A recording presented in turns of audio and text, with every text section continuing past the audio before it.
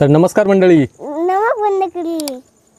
स्वागत आहे तुमचं तुमच्या सांस्कृतिक कोकण या यूट्यूब चॅनलमध्ये। आम्ही इथे तुमच्यासाठी घेऊन येत आहोत कोकणातील संस्कृती, परंपरा आणि कोकणचा निसर्ग। कोकणी चॅनल तर आज कुठे जायचं?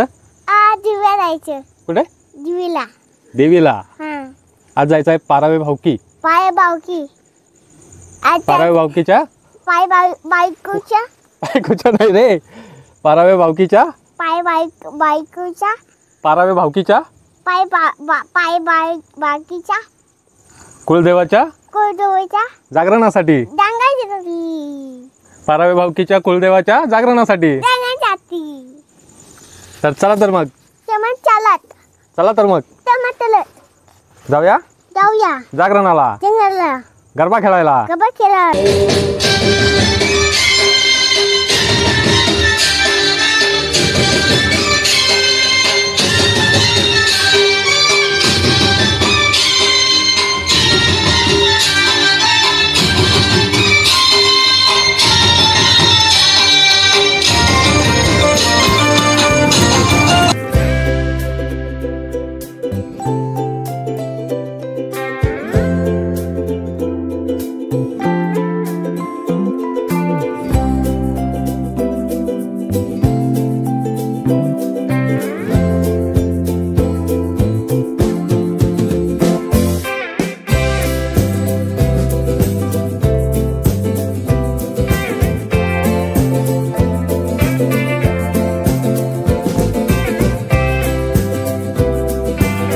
नवरात्र म्हणजे गावखेड्यात एक प्रमाणात महत्त्वाचा सण मानला जातो आणि तो मोठ्या आनंदात साजरा केला जातो।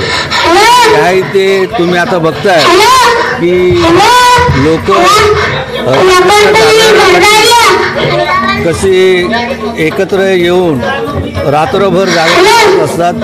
हे पूर्ण 9 दिवस चालत असतं आणि हे पूर्ण पारंपरिक पद्धतीने म्हणजे परंपरेनुसार चालत आलेली आहेत ना, ही प्रथा आहे आणि तशा पद्धतीने अजूनपर्यंत उत्साहाने साजरी केली जाते।